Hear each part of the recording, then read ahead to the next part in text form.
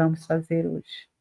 Que possamos todos, nesta noite, unidos, neste movimento de pacificação interna, agradecer ao Mestre Jesus e aos Espíritos que nos acompanham, de ter nos conduzido até esta casa, para mais uma noite de estudos, de esclarecimento, para que possamos todos juntos e unidos levarmos essas vibrações de amor, de paz, de resiliência, de fé a todos os nossos irmãos em humanidade.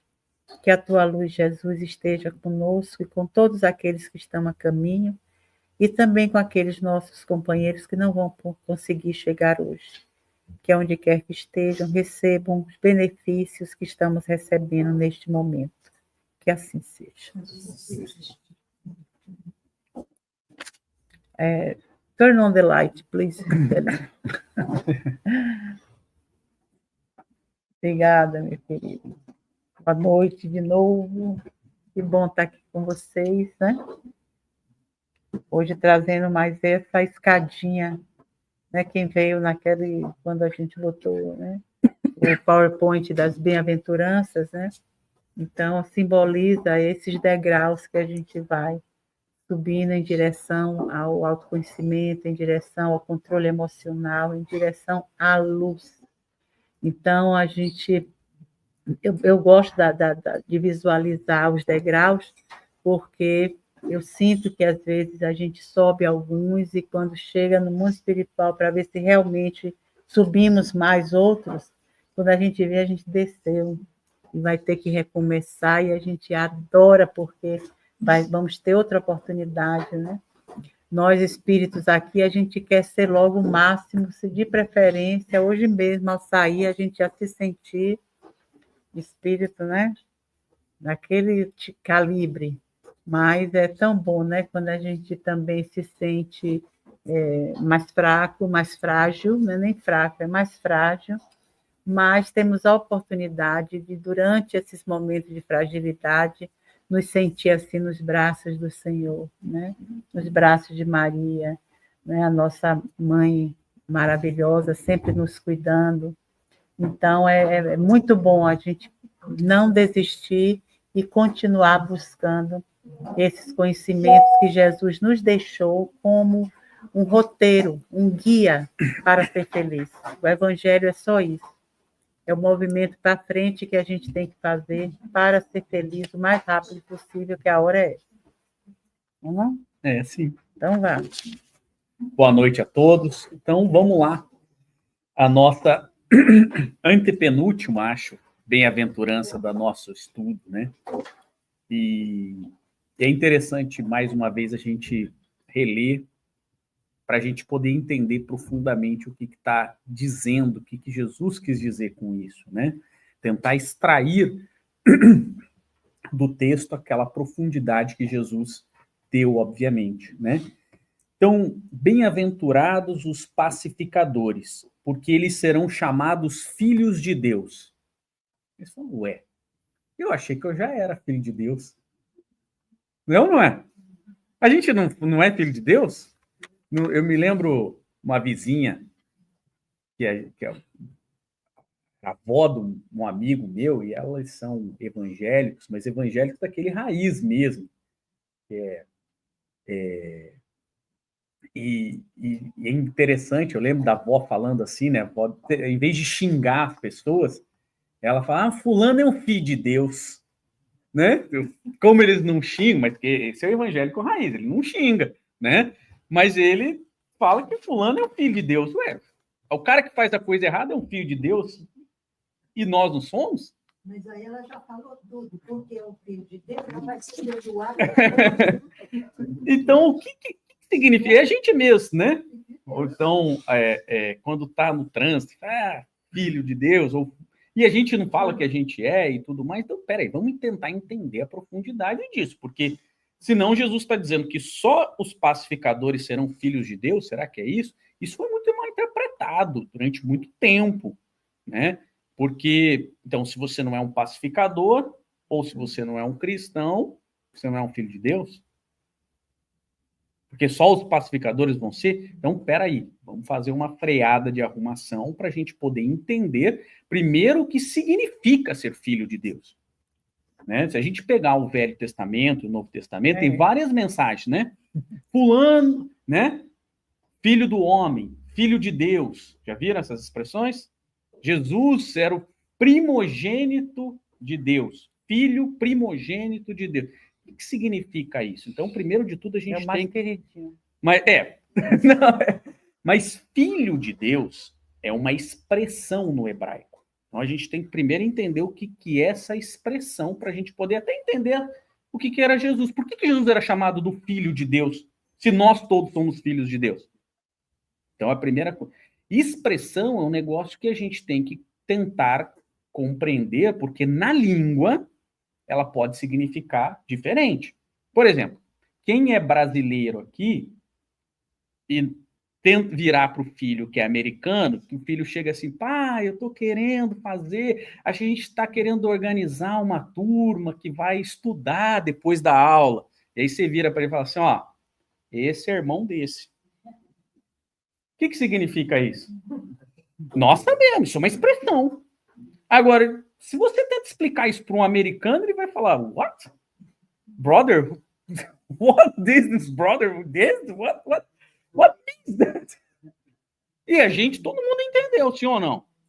Ou quando alguém vem fazendo uma proposta ruim para você, você vira... Veja como a própria expressão pode ter vários significados. Você aqui é irmão desse, ó. Até o jeito. Eu não me engano, não. É, exato. Pode significar que não me engana, pode ficar que eu estou esperto com você, pode... Explicar expressões são difíceis, porque elas têm uma bagagem cultural. Então, dentro do hebraico, hoje, diferente, mas na época de Jesus, era uma língua muito... O hebraico de Jesus, ela era uma língua muito material. Não existia símbolos tão claros como a gente tem esse simbolismo, essas expressões. Então, é muito difícil você dar uma ideia sem materializá-la pela língua. Quer ver, por exemplo? Chico era uma pessoa iluminada. Se você falar isso para um hebreu do tempo de Jesus, ele não vai entender. Porque não existe essa palavra iluminada. Quando a gente fala que fulano é iluminado, o que significa isso? Que ele emana luz? Não, a gente entende claramente o que significa. Luz, ela nos traz uma verdade que sem ela a gente não conseguiria enxergá-la, sim ou não? Não é isso o significado da luz? Se tiver tudo escuro, a gente não enxerga. Então, quando a gente fala que fulano é iluminado, a gente está dizendo que fulano tem as características semelhantes de uma luz. O que é isso? Mas não porque ele brilha. Por exemplo, veja como interessante. Fulano é brilhante. Não é a mesma coisa que iluminado, sim ou não? Não é. São palavras parecidas. Eu, por exemplo, sou uma das mentes mais brilhantes aqui do centro. No sol. Porque o sol bate e brilha, né? Então, veja. Então, exato. Uma luz, aqui, ó, o pessoal que está vendo ali vê bastante o brilho. Não, eu não falei que sou a mais, eu sou uma das. Né? Marcelo também ajuda. Então, tem várias. E quando a gente fala que fulano é brilhante, a gente não fica imaginando que é só isso, né? O meu brilho. Não, a gente pensa que ele tem a característica de algo que brilha, né? Então, se eu falo que Chico era brilhante, significa diferente de Chico é iluminado, sim ou não? Brilho é algo que a luz bate e reflete. Então, você consegue enxergar. Iluminado é aquele que emana uma luz nos trazendo uma verdade da qual a gente não conseguia enxergar. Se a gente... Não é? Brilhante. Se a gente fosse chamar o Chico, então, olha, Jesus era iluminado. Como que você ia falar isso no hebraico? Não tem. Então, eles usavam assim, Jesus era filho da luz. Então, essa expressão ser filho de alguém, para o hebraico, significa que você tem aquelas características daquilo que você está dizendo. Então, quando na Bíblia a gente enxerga que Jesus era filho de Deus, é porque Jesus, não é que ele era filho de Deus e nós não somos, é porque Jesus tinha as características que eles conheciam de Deus. Ele já agia, né? Ele, por isso que, por que falam Jesus é o Deus vivo? Não é isso que se fala na Bíblia? É a mesma coisa. E até a gente confundia em algumas religiões, né? Jesus, meu Deus. Eu lembro Exato. quando eu era católica, na primeira comunhão, aquelas coisas assim, e a gente tinha aquela ideia. Era o Deus, era quase que Jesus. A Santíssima Jesus, Trindade, o dogma. Mas criança, você não dá para entender direito. É muito né? Mas difícil. a ideia que eu fiquei foi essa. Que Jesus e Deus era... O mesmo ser, né? E a E a Santíssima gente chamava Trindade. Jesus para ficar mais perto. Porque é a matéria. E é porque se você pega o Evangelho de João, por exemplo, ele fala: no princípio era o Verbo, e o Verbo estava com Deus, e o Verbo era Deus. E aí você começa a. Peraí. Por quê? Porque é uma figura de linguagem. O Verbo é aquele que age em nome de, executa. Depois Emmanuel clarifica com a nossa linguagem, com a nossa cultura, e chama ele de co-criador em plano maior, porque executa as vontades de Deus. Kardec explica, a gente já falou bastante sobre isso. Mas o fato é, ser filho de Deus, então significa, então só para a gente entender, não é que todos nós somos filhos de Deus, mas nesse significado que Jesus quis trazer, então vamos fazer a leitura atualizada para esse conhecimento. Então, bem-aventurados os pacificadores, porque eles serão chamados semelhantes com as características de Deus, estarão mais próximos de Deus, estarão demonstrando a sua excelência. Tá? Tranquilo? Então, quais são as características de Deus? E aí nós temos que visualizar quais são elas. Aí Kardec, de maneira muito brilhante, faz essa pergunta e coloca lá no Livro dos Espíritos os atributos da divindade. Lembram lá?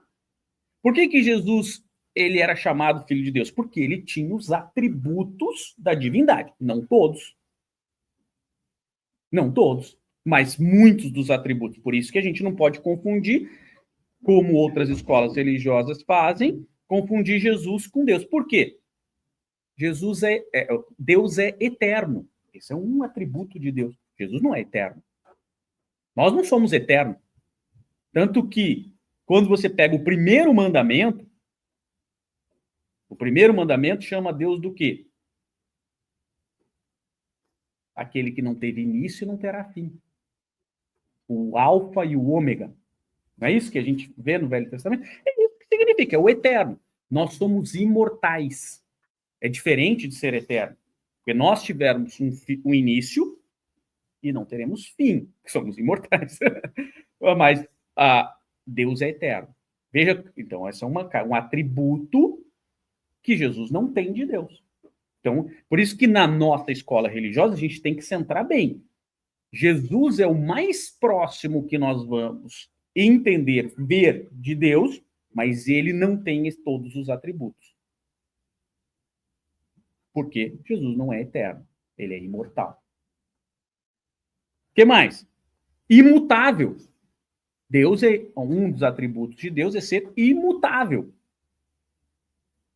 Jesus era mutável. Tanto que ele chegou nesse processo evolutivo e como nós chegaremos um dia. Certo?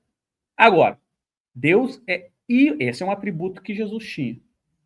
E é o que a gente pode atingir.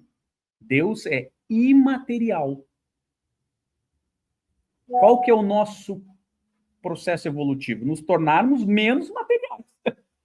Né? A matéria é importante para que a gente possa evoluir, mas o objetivo é a gente se desmaterializar. Esse é o objetivo. Então, esse é um atributo que Cristo tinha. Ele não estava preocupado com a matéria. A matéria era instrumento de auxílio. Tanto é que para Cristo, Jesus, dura mais. Uhum. Houve uma preparação de mais de 1000 anos, parece. Sim. Que ele pudesse adensar o perispírito. Exato. Mas era matéria ainda, só que é uma matéria um pouco diferente, muito sublimada, a gente nem consegue compreender. Muito difícil. Outro atributo de Deus. Deus é único. Nós, enquanto espíritos, somos únicos também, sim ou não? Nós também. Então, agora, Deus é... E são atributos que Kardec, os espíritos trazem para Kardec, não sou eu. Então, Deus é onipotente. Cristo não era onipotente, embora tivesse uma potencialidade muito estendida e podemos falar. Agora, o grande atributo dessa passagem que nos convida é o último atributo. Então, o último atributo de Deus, trazido por Kardec, é o que nos é convidado a ser como filhos de Deus, ou seja, aqui que nós vamos falar. E qual é ele? Deus é soberanamente bom e justo. Então, um pacificador é aquele que vai buscar este atributo de Deus. O atributo de ser bom e justo. Aquele que consegue unificar o bom e justo é aquele que aplica esse atributo, ou seja, é um pacificador. Então, vamos fazer a leitura do jeito mais... Então, bem-aventurados aqueles que conseguem aplicar no seu dia a dia este atributo de ser bom e justo ao mesmo tempo para com todas as pessoas. Porque estes estarão refletindo os atributos de Deus e poderão ser chamados de filhos de Deus. Como a gente pode falar, iluminado, filho da luz. E o Espiritismo traz, né? Bem-aventurados os mansos e pacíficos. Né? E depois os bem-aventurados os pacificadores. Exato. Quer dizer, os bem-aventurados mansos e pacíficos, porque o manso ele já vai se pacificando para depois virar um pacificador. Né? É um processo, né? É o processo do espírito. E Cristo também traz assim, né? Então, os pacíficos estão na mesma linha dos mansos que verão a Deus. Quer dizer, você já está naquela escala. E os pacificadores é quando você já sabe o caminho de se pacificar e já se pacifica mesmo em frente ao conflito. Que esse é a grande, né, a grande chave. O grande desafio. Não é só você... aquele que chega para deixar disso, não, deixa eu acalmar ali. Esse já é o manso. Aquilo não vai fazer com que ele entre na confusão. Ele, de longe, ele sabe que existe aquilo, respeita o momento do outro, não critica, não se constrange. Ele já está nesse processo de respeitar o irmão naquele processo ainda de violência, seja lá do que for. Mas ele ainda está aprendendo a como chegar lá, mais perto, e poder pacificar aquela criatura, como Jesus fazia, né? Jesus no toque, a pessoa, né, a mulher hemorrágica, ela pegava na túnica, já tinha, ele imediatamente, já automaticamente, ele curava as pessoas pela presença. Bastava a presença, ou seja, ele já estava tão pacificado que as forças dele, por isso aqui, né, aqueles verão a Deus, porque você já, as suas reações são todas elas nobres, não são controladas, mas são todas elas nobres, e aquilo faz com que quem esteja em volta se contamine. Como se fosse uma doença que a gente pega. Olha, fulano espirrou ali, saí gripado, né? Às vezes a gente diz isso. Puxa, fulano espirrou junto de mim, acho que eu peguei a gripe. A presença de Jesus era assim, bastava ele estar por perto, com o Chico, né? Também. Chico tinha essa aura, né? bem extensa, que onde ele estava, parece que tudo ficava mais harmonizado, né? Mais controlado. Então, as pessoas, mesmo agitadas, a tendência era se acalmarem, sem nem saber por que estavam fazendo isso, né? Isso é muito bom, Marisa. Você colocou assim... Faz sentido essa diferenciação, né? Eu acho que para ilustrar isso é o seguinte. Então, Uma coisa é você ser manso e pacífico, outra coisa é você ser pacificador. Qual que é a grande diferença? Quando nós nos tornamos mansos e pacíficos, nós deixamos de ser um problema para Deus. Porque o que acontece? Se o objetivo do processo evolutivo é praticarmos a lei, a gente começou de homem de bem, comentando. O objetivo é nos tornarmos homem de bem. E qual que é o primeiro caractere do homem de bem? É aquele que aplica a lei de justiça, amor e caridade em toda a sua plenitude. Olha só. Então, se o objetivo do homem de bem, daí o processo evolutivo, é praticarmos, como a gente falou, a lei de justiça, amor e caridade, tá? Esse é o caminho. Quando a gente começa a praticar isso no nosso dia a dia, a gente se torna manso e passivo. Nós deixamos de ser um problema para Deus. Porque o problema de Deus é resolver quem não conseguiu ainda. Eu acho que é a hora que abre os olhos. Aí Mas, ele diz assim, agora ele vai enxergar o resto. quando a gente se torna pacificador, é diferente. Nós auxiliamos Deus no processo. Nós somos instrumentos de Deus. É por isso que a gente é filho de Deus, a gente reflete Deus, a gente é o caráter. Então, olha como isso é um processo longo para a gente chegar entre a gente adquirir a mansuetude para deixarmos de ser um problema, até o ponto de nós sermos instrumentos da resolução do problema. Olha a diferença. Por isso que quando a gente tem pessoas que estão próximas ou pessoas que estão caminhando, e cada um de nós estamos nesse processo, para sermos mansos. Sim ou não? No nosso dia a dia, tentamos ser justos, tentamos aplicar dentro da nossa pequenez de justiça, né? De entendimento do que é ser bom, ser justo, ser caridoso e tudo mais. A gente tenta fazer, mas nós estamos ainda nesse processo lutando para ser o primeiro caractere. Mas no caso, eles também são pacificadores? Você, a Maísa e quem mais Não. Agora, fale isso, que aí a gente vai ficar se achando. Bom, mas é uma excelente e vai pergunta. cair da escada lá de cima, vai ser um despencar daquela escada. É uma excelente Os primeiros pergunta. degraus, assim, a gente está no primeiro ou no segundo. Não, vamos lá. Essa é uma excelente. Agora, pacificadores são poucos. Não é assim, ó, No o manso e o pacífico, o manso é quando você já começa a entender e dizer assim, eu quero isso para mim. Isso aí vai dar uma coisa boa, né?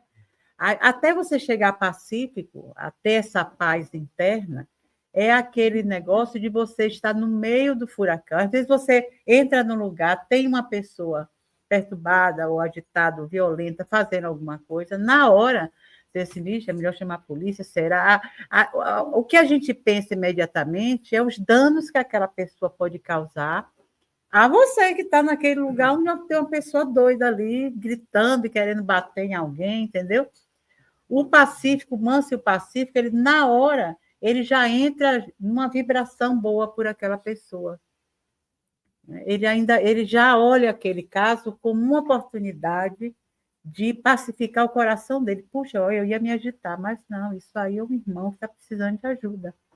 Deixa eu ver como eu posso ajudar. E vou ligar para fulano, quem sabe a gente faz umas vibrações ou faz uma mentalização aqui, ou eu vou lá perguntar a ele, o que é que você tem, meu irmão? Entendeu?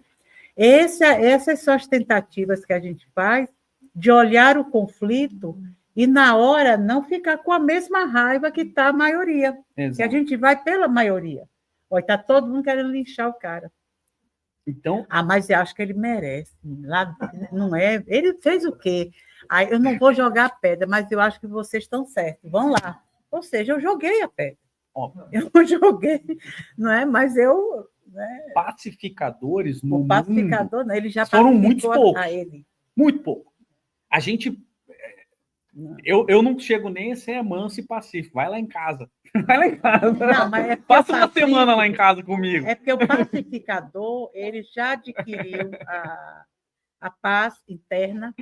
Nada, não tem nada, nenhuma encarnação dele dali em diante, que ele vai em algum lugar que tenha o tumulto que for, ou na família dele, ou com ele, ou no trabalho dele, que ele Mas saia a do gente- sério, assim, não é sair do sério ou também não ligar para nada, não é virar uma pessoa, não. É tanto sentimento que ele já acumulou, sentimentos positivos, que ele imediatamente já tem a noção do que pensar e no que vibrar para aquilo acalmar, e ele acalma. Mas Entendeu? a E boa não notícia, de jeito nenhum. a Ele boa já notícia é sabe. que nós arranhamos essas características em vários momentos. Todos nós, todos nós. Existem momentos que nós somos utilizados como instrumento Não, de o Deus crescimento como por pacificadores, essa coisa mas é um arranhando, né? A gente não é um pacificador ainda. Mas existem momentos. Não, e quando a Ah, gente arranha, Chico, quando a gente arranha em qualquer Bezerra, encarnação, as outras todas vão trazer desafios para poder a gente de novo se confrontar com aquilo. Mahatma Gandhi, Né? Mahatma Gandhi. Irmã Dulce. E vejam que não eram perfeitos. Eles não E eram ainda perfeitos. não eram. Quem não conhece a história, eu não vou macular a história do Mahatma Gandhi, mas quem não conhece, leia a biografia dele. O soldado que agrediu ele, né? Ah, não, tem essa história, sim, aí sim, ele é um... Mas quem ele não era foi que perfeito. ele ensinou? E ele parado, mas ele não atacou. Mas a gente não sabe, porque ali era ainda, né, ele estava também nas fases dele de crescimento, ele não atacou, mas ele talvez dentro, ele precisou de um tempo maior do que um pacificador já formado teria, porque o pacificador já formado nem já estaria abraçando o algoz. Né? Mas ele ali, ele caiu, quer dizer, ele se feriu, aquilo deve ter doído, porque dói. Não, o cara deu um murro nele, né? Deu um murro. Porque ele não se alterava. Ele só limpa assim, a pessoa fica grilada. E ele quem foi que lhe ensinou a ser abestalhado? Covarde, né? Tão covarde. Tudo, né? Ele fez, esse que está aí penduradinho na sua. Não foi assim nesse tom jocoso, mas dizendo com muito carinho a ele. Esse que está na sua... que você está levando no pescoço. Só que esses pacificadores, eles brilham e bastou essa fala para o cara desmoronar e já se retratar. Quer dizer, a energia do pacificador jamais formado nisso, ele já naquele momento, não é só o cara ter saído e ter dito, puxa, ele me disse uma coisa que eu vou pensar. Ali já era como Jesus fazia o tempo todo, né? É como se aquela fala dele levou tanto carinho, amor e respeito pela atitude ainda errada do irmão, que o irmão se queda naquela hora também. Então, essas coisas assim, né? Que a gente vai passando, são muitas etapas, né? Por isso as encarnações são infinitas, porque a gente tem que ir lapidando montar um quebra-cabeça nosso, né? Que a gente vai.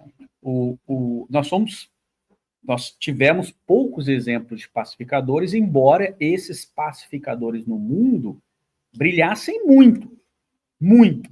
Eu me lembro que uma vez eu fiz um trabalho na época da escola do Tuto, Padre Tuto. Foi responsável, ele foi o grande responsável. Foi aí que eu acho que eu me despertei para as biografias e me apaixonei pelas biografias. Ele foi o grande responsável pela pacificação da África do Sul na época do apartheid, tá? E Nelson Mandela estava preso, ficou preso 25 anos, e ele foi prêmio Nobel de Paz, né? E ele organizou uma manifestação pacífica contra o regime que hoje a gente tem, claro, absurdo do apartheid, né? E aquela foi organizada e tudo mais. Quando ele sobe, o governo da África do Sul, temendo que fosse uma manifestação que gerasse todo um conflito, ele determina que soldados armados fossem posicionados no meio daquela manifestação. E isso começou a gerar todo um transtorno e tudo mais, parari, parará. Quando o padre Tuto sobe no púlpito, né, para falar no microfone, ele vira e fala assim: olha, isto aqui é uma manifestação pacífica. Aquele que estiver pensando em algo diferente disso, eu solicito que vocês se retirem. E aí começou, né? E aí algum outro saiu e tudo mais, os soldados ficaram olhando aquilo ali, e aí, veja como ser manso e pacífico não quer dizer que você, ou ser pacificador, não quer dizer que você é bobo, tá? Ele falou assim, agora, para vocês que vieram defender o regime que está errado, o que eu tenho para dizer para vocês é que vocês já perderam. E vocês já perderam porque o que vocês estão colocando na África do Sul contraria a vontade e os princípios de Deus. Porque todos são iguais perante Deus e devem ser tratados. E todos que forem contra os princípios de Deus não têm chance para ganhar. Mais cedo ou mais tarde, vocês vão descobrir que vocês já perderam. E no dia de posse, e ele foi o grande responsável pelo movimento de pacificação da África do Sul, a tal ponto que influenciou Nelson Mandela. Quando Nelson Mandela vai tomar posse como presidente, ele faz questão de colocar do lado dele, no dia da posse, o seu carcereiro. Para mostrar o que é ser um pacificador. Isso. Então, Jesus, entendendo os atos, Jesus, quando vai para a cruz e passa por todo aquele momento, ele é manso e pacífico. Quando ele está lá em cima e perdoa, Pai, perdoa-os porque eles não sabem o que faz, ele é um pacificador. Então veja como a gente arranha, é por isso que a gente tem momentos em que nós vamos arranhar esse... Não, nós ainda não vivemos isso. Não temos isso incrustado na gente, mas a gente passa por momentos de pacificação. Quando a gente se coloca, como a Marisa colocou, fora daquele problema. Quando a gente está ali auxiliando as pessoas a uma convergência. Não, e tem também um critério que o primeiro é a gente, para poder pacificar, ou pelo menos entrar nesse estado, né, de viver essa paz interna, tem que começar por cada um de nós. Porque a gente nunca vai conseguir chegar a ser um pacificador se tiver preconceito, se gosta disso, mas não gosta daquilo, se fizer isso, eu aceito, aquilo eu já não aceito. Começar a olhar a sociedade e as pessoas que nela vivem com esse critério de julgamento. Então, a paz, a falta de paz está em nós. Nós é que temos, né, o preconceito, nós é que temos as nossas resistências, a gente é que acha que um é bom nisso, o outro já não é. Né? Então, a gente tem que olhar o meio em que a gente vive como todos ali vivendo desafios muito grandes para fazer essa escalada para o bem. Então, o que eu posso fazer nessas vidas que a gente vai reencarnando, qual é a minha parte nesse processo todo de pacificação geral? É me pacificar. Porque no dia que um se pacifica, como o Gandhi mostrou, acabou, o outro pode bater, mas não vai doer. Você vai saber que é o que ele sabe fazer naquele momento, mas que ele daqui a pouco também vai entrar num processo. Né? Como a gente está vendo agora, e parece que está tudo desmoronando, não sei, em tudo que é país, tem coisas acontecendo terríveis e tudo, né? Faz parte do processo. É porque se pacificar não é fácil. A gente acha que o outro é que é o errado, o outro é que devia fazer, o outro é que devia mudar, o outro é que... Mas não é. Essas incoerências todas estão no nosso coração. É a gente que não compreende. Ah, por que fulano ainda está matando ali? Porque é só o que ele sabe por enquanto. Então, por que eu vou perder a minha energia gritando, xingando, e aí não está certo, sofrendo por uma coisa que eu não posso dar jeito. Mas se eu começar a me sentir em paz e fizer uma oração para aquela pessoa, isso chega a ele. Então, vamos... Pode considerar que a mansidão e a pacificação, eles são recursos do nosso espírito, do nosso princípio inteligente, que a gente pode considerar. Para que ele possa mudar de fase, ele tem... Todas as fases que a gente vai passando nas vidas é devido a isso. A gente vai se acalmando como espírito, a gente vai tirando a brabeza, vai tirando a parte nociva que nós carregamos, né? A parte da ignorância maior da vida infinita, que a gente não conhece essa imortalidade. A gente não sabe que está tudo em nós, assim, nesse volume, porque a gente vive muitas vidas. Em algumas vidas a gente cresce aqui, mas cai um pouquinho mais em outros departamentos dessas emoções, né? Desses problemas que a gente vem tentando solucionar. E convivendo, porque o grande lance dessa terapia divina é a convivência, que a gente se cura quando a gente quer se melhorar para melhorar o outro, né? É quando você, às vezes, está com um filho doente, então você tenta coisas para fazer com que aquela pessoa melhore. Mas aquela pessoa já é um adulto, está por conta dele lá, matando, tirando a vida de um, foi preso, saiu da prisão, está se destruindo.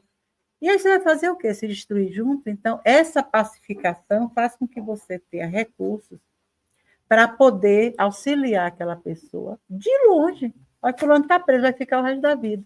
Puxa vida, enquanto eu viver, eu vou manter um processo de vibrações por esta pessoa que eu amo nesta encarnação, que eu pari, ou é meu amigo. Eu vou fazer isso pelo resto da vida minha e dele. Né? Então, são projetos assim que saem, né, dessa parte material que a gente vive. Esse é o nosso problema de não conseguir logo ir a fundo nesse crescimento, porque é uma coisa que lida com o nosso emocional. Enquanto estamos conturbados, enquanto estamos desconfiados, enquanto vivemos situações que nos afligem, né, na parte física e na parte emocional da convivência, que é a convivência. Repare, todo mundo nasce num lugar. Você foi abandonado, aí ele leva para um orfanato lá, onde vai ter um bocado de criança, um bocado de adulto cuidando, nenhum é seu pai, nenhum é sua mãe, é ali que você vai ser criado. Entendeu? Então, a gente tem que estar no bolo das pessoas, não tem jeito. Ninguém vai, não, eu vou me isolar lá no Himalaia e vai dar tudo certo. Fica doido e morre doido lá.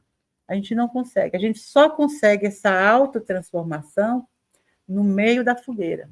É ali que você diz assim, puxa vida, engraçado, tem um problema danado lá em casa, mas todo dia que eu chego, me tem uma ideia assim, de fazer alguma coisa para dormir todo mundo mais calminho.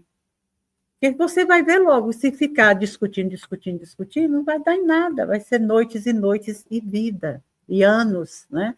De repente você vai ficar velho e dizer assim, mas rapaz, é assim, que família danada que eu me meti. Todo mundo é assim, nesses problemas, até hoje está assim, né?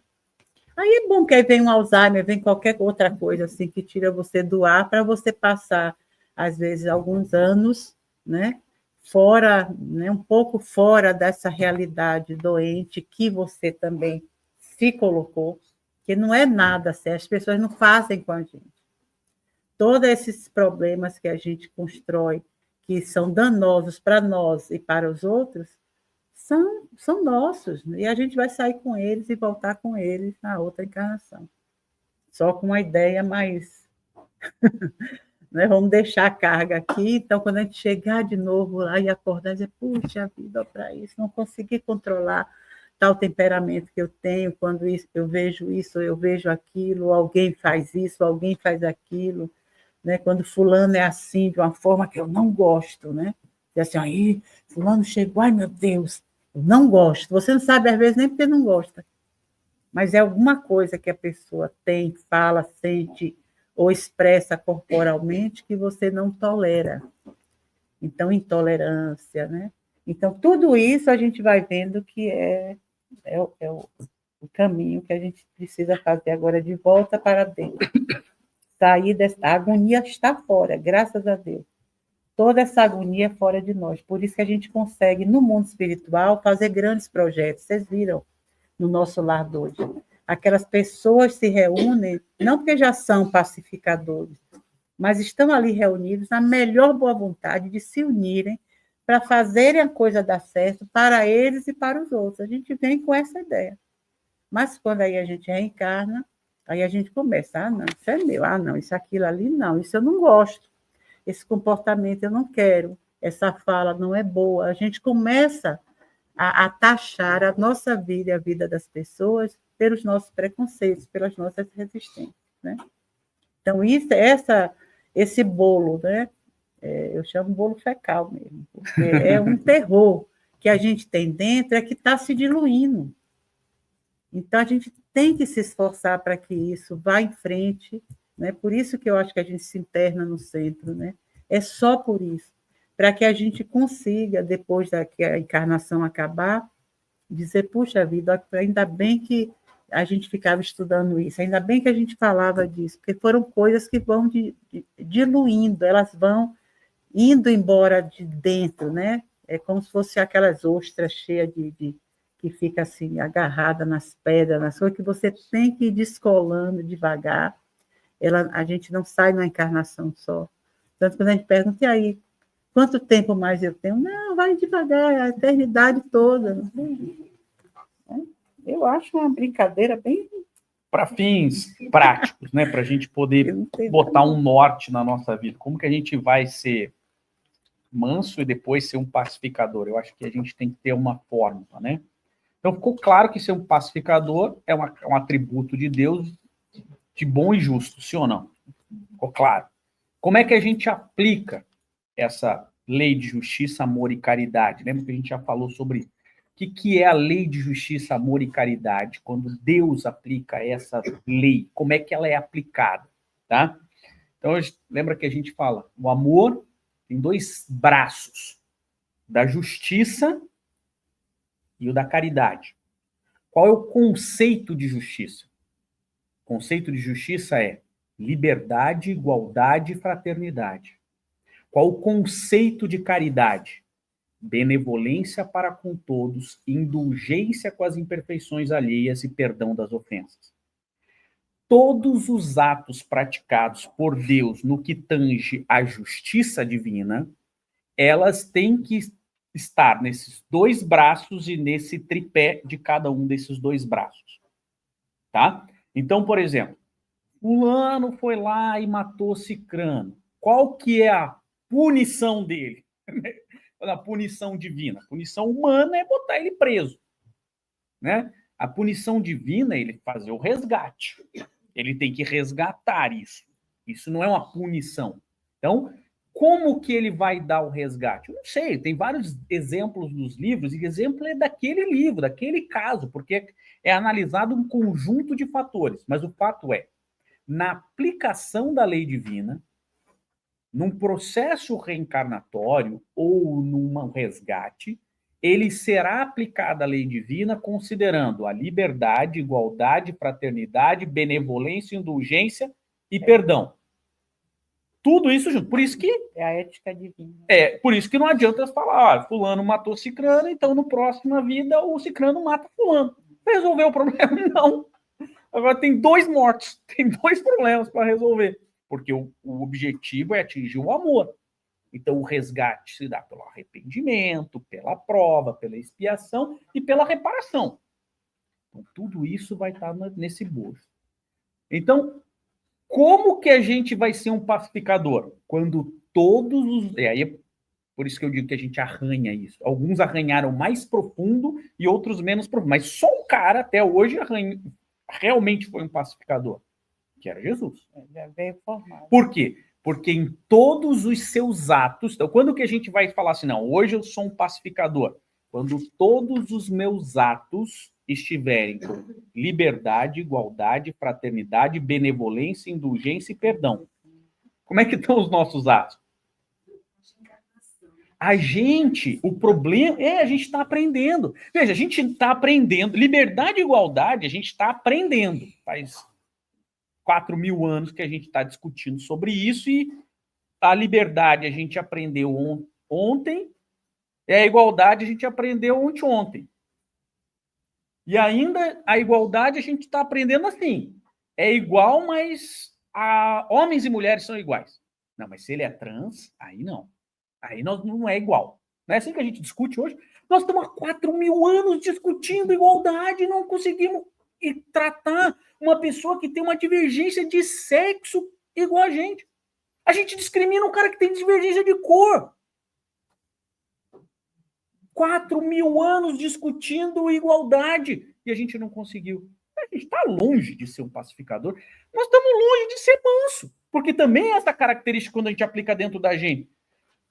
Liberdade, a gente está longe. A gente está discutindo agora quem que vai sair do país, quem não vai, quem que tem que ser expulso, quem que não tem. Nós continuamos perseguindo os cristãos desde o Império Romano.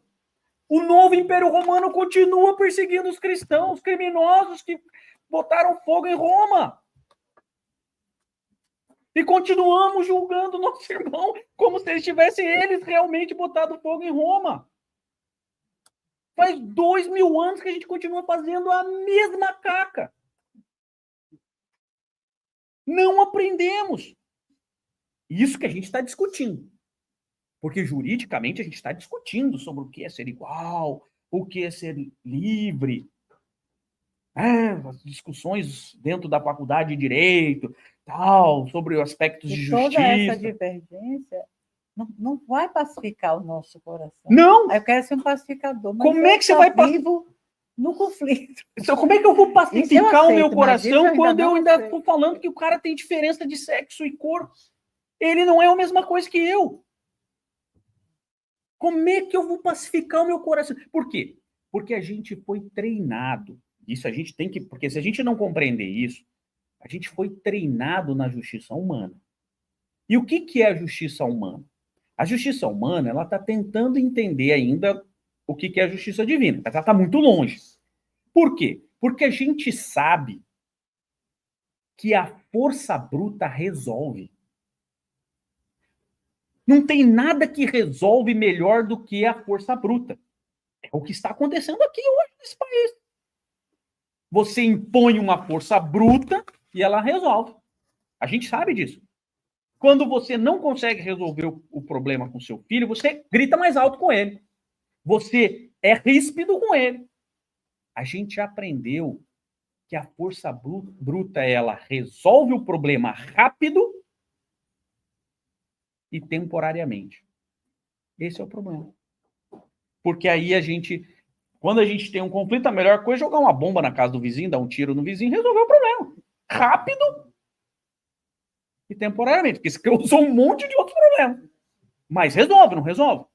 E isso a gente veio treinando durante anos, desde que o homem tenha consciência, ainda no início, que a força bruta resolve. Só que o problema, a gente não pode ser... Por isso que a gente não pode ser alheio a isso. O problema é que ela resolve por muito pouco tempo.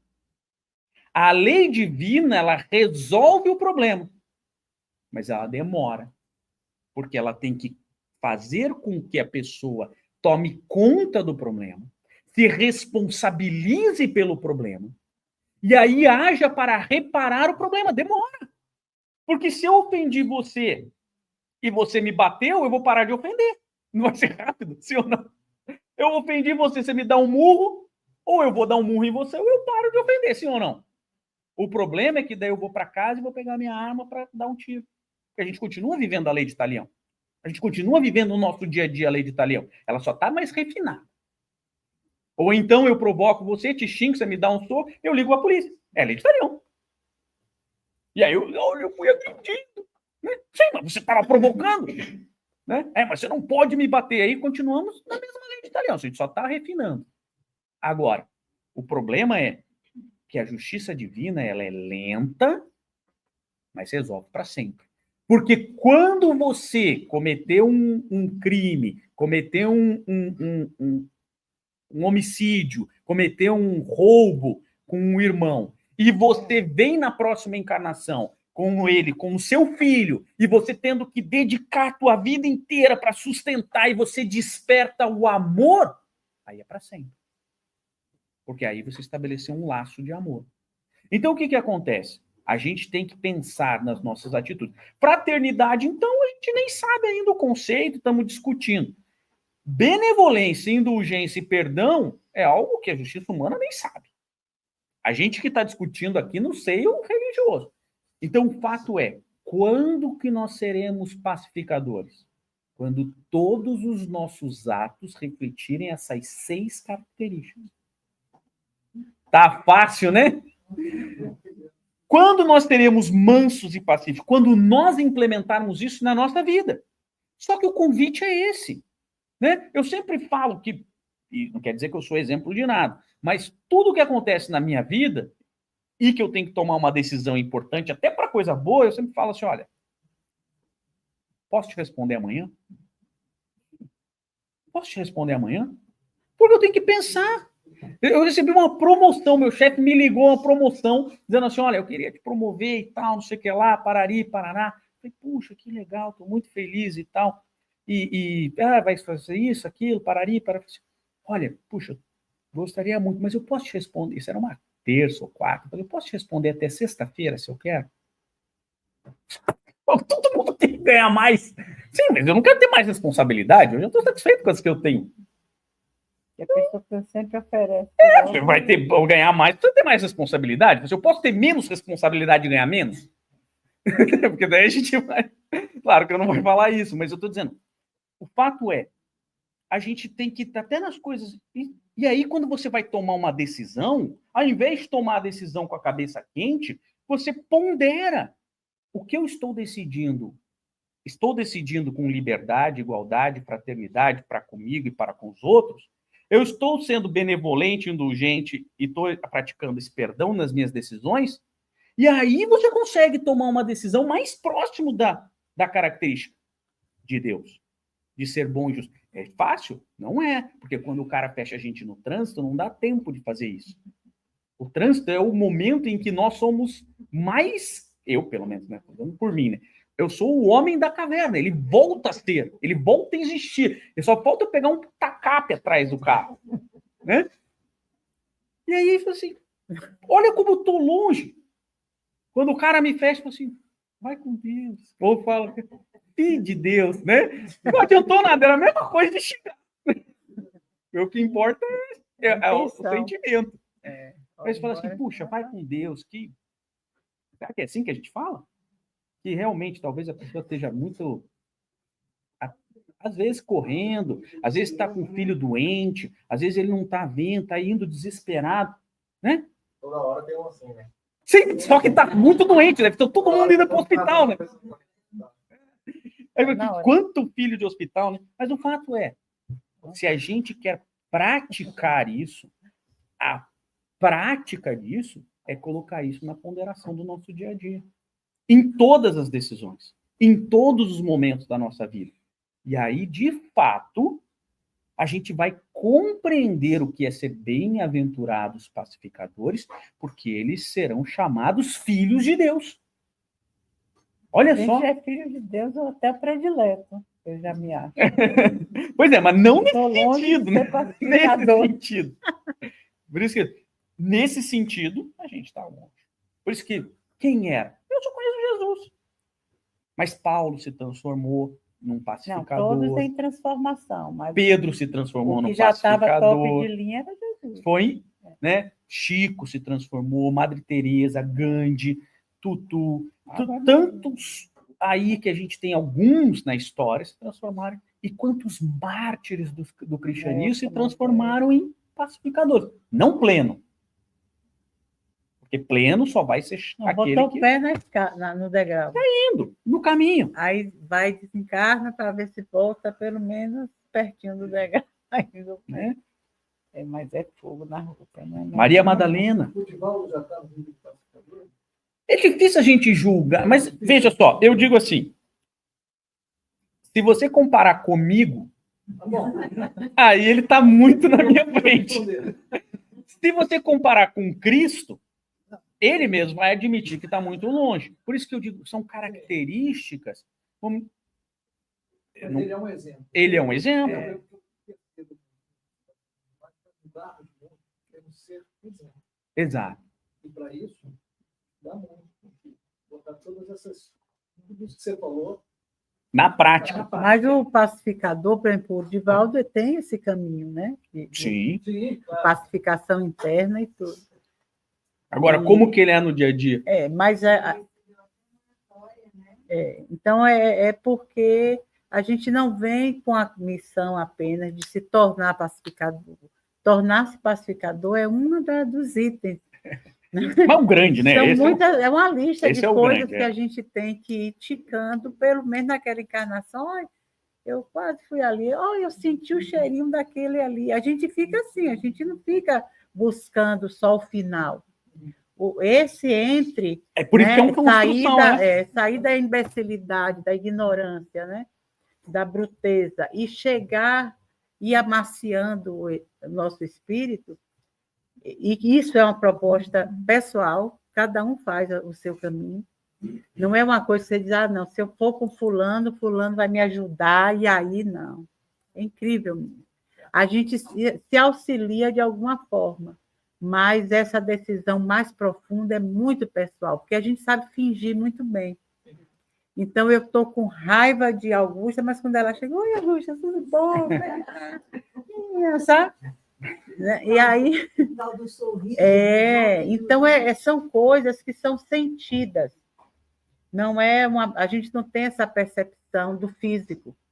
Você conhece o pacificador pelo que você sente da pessoa. Jesus, porque São Jesus não tinha dado bronca lá no dia que entrou no templo lá. Mas não fez isso, né? Não foi daquele jeito. Ali botaram de acordo com o que a pessoa que escreveu faria. Tem isso, mas era aquele. Ele dizia: minha palavra seja sim, sim, não, não. O que não significa que ele não repreendeu. Não é o sim, não, não, é assim. Ele, como pacificador, ele não ia mover para ser bonzinho com aquela pessoa que queria que ele fosse bonzinho e aceitasse aquilo que estava errado, entendeu? Então, era E também ele não impunha, porque o pacificador não impõe. Você vai mudar a sua ideia se você quiser e quando quiser. Tanto que ele ficou com todos os apóstolos. Judas, que foi para Umbral, ele foi buscar, porque ele já estava botando Judas no caminho. Não, deixa ele lá pegar ele. Não é como se você tivesse uma família, né? E aí diz, puxa, aquele, olha para ali, né? Aquele danadinho está ali, deixa eu ir lá pegar ele, deixa eu ir tentar convencer de novo, deixa eu dizer mais alguma coisa a ele. É o amigo, é o irmão, é o pai, é a mãe, né? Mas a família em si, que deveria ter esse papel, muitos se distanciam, né? A família está aqui na geladeira, mas... Você vê como é difícil dizer quem é quem, né? Uso a palavra da nossa avó. Como que a avó dizia? Fulano é assim, come 1 quilo de sal junto para ver como é que é. Para ver como é que é a vida Depois você consumir 1 quilo de sal junto, que seja muito tempo... a gente não pode julgar, é isso que eu estou dizendo. O pacificador, assim, você vai ajudar, independente do que você possa achar que seja no fundo. Jesus, quando juntou os apóstolos, ele não queria saber o que estava no fundo de lodo, que estava no fundo de cada um, não. Ele foi assim, é hoje. Eu vou cuidar deles por 3 anos, e em 3 anos eles vão modificar muita coisa. Uns mais, outros menos, uns quase nada, outros vão continuar do mesmo jeito. Mas eu sei que se eu chegar a ficar com eles ali, dando, sem julgamento, né, eles vão assimilar alguma coisa. Entendeu? Então, é desse jeito. Agora, quando a gente fala assim, não, é muito difícil ser um pacificador, né? Mas porque nós estamos no final da lista. Jesus coloca as bem-aventuranças como uma construção. A gente não pode nunca perder. Não, fala assim, estou muito longe de ser um cara que aplica nas minhas decisões a justiça divina, né? Liberdade, igualdade, fraternidade, benevolência, indulgência e perdão. Tudo junto ao mesmo tempo. Mas o objetivo é esse. Nós estamos no final. Mas para chegar nesse ponto, o primeiro passo é ser humilde. Por isso que pobres de espírito, bem-aventurados os pobres de espírito, depois os que choram. que a gente vai compreender. E ele vai... O despertar. Que a gente nunca teve vontade de ser, na realidade. As construções doentes eram tão fortes dentro de nós, né? A parte difícil nossa é tão grande que a gente não tem vontade de mudar porque a gente se acha certo. Então, quando eu faço um pré-julgamento sobre alguém, eu acho que estou certíssimo. Não é fulano, ainda acho que me apoia. O outro disse, eu também, menina, também. Eu olhei para fulano, vi logo. Ali é o filho do capeta. E não sei o que, sabe? A gente faz avaliações como se fôssemos divinos, pessoas divinas. Né? Então, é essa carga negativa que a gente precisa tirar. Quando a gente tira de nós a nossa carga negativa um pouco, aí vai abrindo outro cenário. A gente, eu olhava para fulano, só via aquilo, agora eu olho para fulano, puxa, tem capacidade disso, daquilo outro, é bom nisso, é bom naquilo, e tem as dificuldades, como eu também tenho. É assim que a gente vai conseguindo se superar, né? Não é fazer o outro, é superar a si mesmo, porque aí é menos peso na nossa carga. E esse peso que a gente vai diluindo ao longo das encarnações é que um dia a gente acorda e diz, puxa, hoje, apesar do quebra-pau todo, estou feliz. É assim que a gente faz. Né? Porque meu filho está assim, mas eu sei que ele vai conseguir superar aquele problema, a depressão. Eu sei que o outro vai estar meio assim na escola, mas vai conseguir sair dessa. É aquela força que a esperança traz para dentro de nós, que vai curar as nossas mazelas. Mas é cada um por si, Deus por todos, não tem por que correr. E cada um no seu tempo. Porque se Deus não tem pressa, por que a gente teria, entendeu? Para os outros, para com os outros, porque a gente não tem com a gente. Com a gente, às vezes, a gente até finge que já é para poder, né, enganar as pessoas. Né? As pessoas enganam, mas aí, hoje é tudo tão assim. Eu acho bacana também essa coisa de você ver na televisão, nas coisas, quando as pessoas falam determinadas coisas e você já vê ali uma coisa que não está muito coerente. Né? Quando a gente consegue enxergar isso com leveza, sem querer, ai, meu Deus, queria que fulano, ai, meu Deus, fulano sem peso. Né? É você notar uma característica na pessoa que talvez você já teve, muito forte em você, né? E que agora está mais fraca. Só está mais fraca, né? Porque você ainda não tem aquela característica. É que em você aquilo de enfraquecer um pouquinho. Porque a gente não vai perder tudo, para perder tudo a gente tem que botar outras coisas, né? Tem que transformar. A emoção a gente não tira e joga fora, né? A gente pega aquela coisa feia e modela uma coisa linda e brilhante dentro daquele espaço nosso. Então, por isso que não é assim impossível, né? Exige esse olhar para dentro, esse reconhecimento, essa aceitação. Porque se a gente não aceita que tem, aí a gente nunca vai mudar. Isso quando a gente já está nesse estágio, porque normalmente o que a gente olha de defeito no outro é o que a gente tem mais na gente. E o bom do Evangelho é que cada vez que você estuda o Evangelho, mais você consegue entendeu? Sobre esses problemas que a gente passa durante a encarnação e não faz, às vezes, nada para mudar. A gente vem para o centro, a gente toma passe, a gente faz qualquer coisa, em qualquer lugar que a gente esteja. Se não tem religião nenhuma, a gente vai para 1000 médios, a gente encontra forças no mundo material para chegar a esse equilíbrio, mas ainda não é o querer nosso. É pegando o que tem né, o que o mundo físico nos traz como alternativas para que a gente possa melhorar, mas ainda não é aquele auto-melhorar. Eu preciso fazer isso para fazer mudanças drásticas. Não é o remédio, não é a terapia, não é mudar de coisa. Então, tem que ser alguma coisa que mude fora porque está mudando dentro. Né? Senão você vê, as pessoas se plastificam, mudam o físico, se rejuvenescem, faz 1000 ginásticas, 1000 isso, 1000 aquilo. Mas se aquilo não está indo para dentro, com muita força, fazendo a plástica lá dentro, vai ser muito... Né? Não tem valor. Você está forjando ainda uma imagem externa para cobrir aquele interno que de curto prazo, né? Porque quando você desencarnar, você vai ver a realidade, aí, poxa vida, de novo eu chutei o pau da barraca, e lá fui eu para ajeitar, né? As coisas. O que não quer dizer que você não pode fazer. Não, Cuidar tem do que fazer. corpo, deve. Oh, Aliás, Kardec coloca bem claro isso. Eu Pega o gosto, Evangelho eu- segundo o Espiritismo. Tá lá. Tá lá. O Kardec escreve uma nota no final do capítulo dizendo assim, olha, você tem que cuidar do corpo e do espírito. O que você tem que sacrificar, né? Porque a discussão é se eu tenho que cuidar do corpo ou do espírito. Essa é a grande dualidade. Não, você tem que cuidar dos dois, mas você deve sacrificar o espírito. Então, nas suas más inclinações, nas suas más tendências, não adianta crucificar o corpo, sacrificar o corpo, usar silício, usar qualquer coisa. O que você tem que sacrificar é o espírito. Está lá escrito, Kardec escreve expressamente isso. E o que é sacrificar o espírito? Então, não é o teu corpo que tem essa má tendência, é o espírito. Então, sacrificar o espírito é, diante daquela má inclinação e daquela má tendência, praticar o oposto. Tanto que o corpo responde, né, nessa parte doentia, as coisas das nossas vidas. Né? Então, a gente vem com essas máculas no corpo. Então, não adianta querer forjar uma perfeição física externa quando o interno não está. Né?